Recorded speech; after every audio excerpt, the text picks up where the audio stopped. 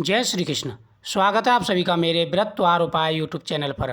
कार्तिक मास के दूसरे दिन की कथा। भगवान श्री कृष्ण ने कहा कि हे देवी, गुणवती अपने पिता व पति को राक्षस के द्वारा मारे जाने का समाचार सुनकर बड़ा विलाप करने लगी। हा नाथ, हा पिता, मुझको त्याग कर तुम कहाँ चले गए? मैं अकेली कन्या हूँ, तुम्हारे बिना अब मैं क्या करूँगी? अब मेरे भोजन और वस्त्र आदि की व्यवस्था कौन करेगा? घर में स्नेहपूर्वक मेरा पालन पोषण कौन करेगा? मैं कुछ नहीं कर सकती। मुझे विधवा की रक्षा कौन करेगा? मैं कहाँ जाऊँ, कहाँ रहूँ? मेरा तो अब कहीं ठिकाना नहीं रहा। इस तरह रोती और बिलखती गुणवती पछाड़ खाकर पृथ्वी पर गिर पड़ी और मूर्छित हो गई। देर तक पड़ी रही, फिर जब होश में आई तो पूर्ववत अत्यंत करुणा विलाप कर शोक सागर में डूब गई। जब कुछ संभली तो उसे ध्यान आया कि मेरे पिता तथा पति की मृत्यु के पश्चात उनकी क्रिया करनी चाहिए जिससे उनकी गति हो सके। अतः उसने अपने घर की सारी वस्तुएं बेच दी। उनके बेचने से जो उसे पैसे मिले उससे पिता और पति की श्राद्ध आदि क्रिया की। फिर वह उसी नगर में रहती हुई भगवान विष्णु की भक्ति में आठों पैर रहने लगी। उसने जन्म से लेकर मृत्यु तक नियम पूर्वक सारी एकादशियों के व्रत और कार्तिक के महीने में उपवास का व्रत किया। हे प्रिय, ये एकादशी और कार्तिक व्रत मुझको बड़े प्यारे हैं।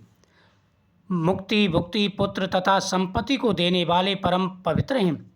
जो मनुष्य कार्तिक मास में जब तुला राशि पर सूर्य आता है तो सवेरे उठकर स्नान करते हैं, व्रत व उपासना करते हैं, वह मुझे बहुत ही प्यारे हैं। क्योंकि यदि वह बड़े पापी भी हो तो भी स्नान व व्रत के प्रभाव से उनको मोक्ष की प्राप्ति हो जाती है। जो मनुष्य कार्तिक मास में स्नान, जागरण, दीपदान तथा तुलसी के वृक्ष की रक्षा करते हैं वह साक्षात विष्णु के तुल्य हैं। जो मनुष्य कार्तिक मास में मंदिर में झाड़ू लगाते हैं और स्वास्थ्य चिन्ह बनाते हैं तथा विष्णु पूजा करते हैं वे जीवन से मुक्त हो जाते हैं।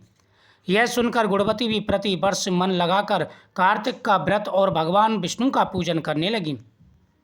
हे प्रिय, एक बार वह ज्वरग्रस्त थी और दुर्लभ हो गई थी, फिर भी किसी न किसी प्रकार गंगा स्नान के लिए चली गई। गंगा तक पहुंची किंतु शीत के मारे वह बुरी तरह से कांप रही थी। वह एकदम शिथिल हो गई तथा वह मेरे भगवान विष्णु के दूतों के द्वारा मेरे धाम आई। उसके पश्चात ब्रह्मा आदि देवताओं की प्रार्थना पर जब मैंने कृष्ण का अवतार लिया तो उस समय मेरे गढ़ भी मेरे साथ आए।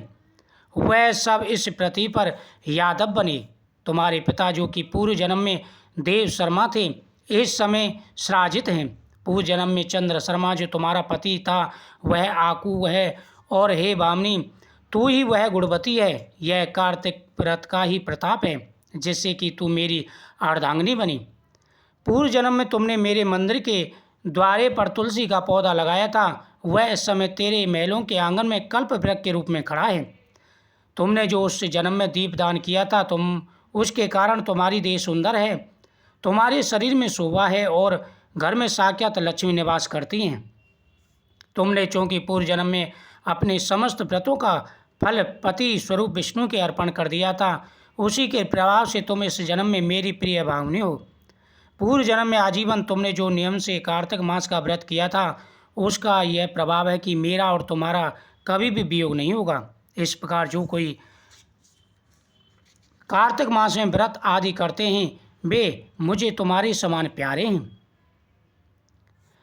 वह लोग जो कि दूसरे जप तप यज्ञ दान आदि करते हैं कार्तिक मास में किए गए व्रत के समान उनका फल बहुत थोड़ा होता है।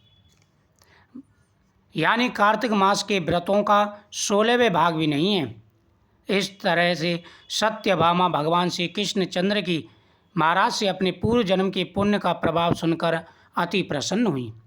यह कार्तिक मास के दूसरे अध्याय की कथा थी। इस वीडियो को ज़्यादा से ज़्यादा शेयर करें।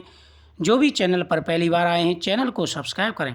मेरे चैनल पर आपको हर प्रकार की व्रत त्योहार उपायन की वीडियो प्राप्त होती रहेंगे। कार्तिक मास के इन नियमों का पालन जरूर करना चाहिए। इस नियमों का पालन करने से हमारे सभी कार्य सिद्ध हो जाते हैं और भगवान श्री कृष्ण का आशीर्वाद प्राप्त होता है। हमारे घर में माता लक्ष्मी का वास होता है। जय श्री कृष्ण।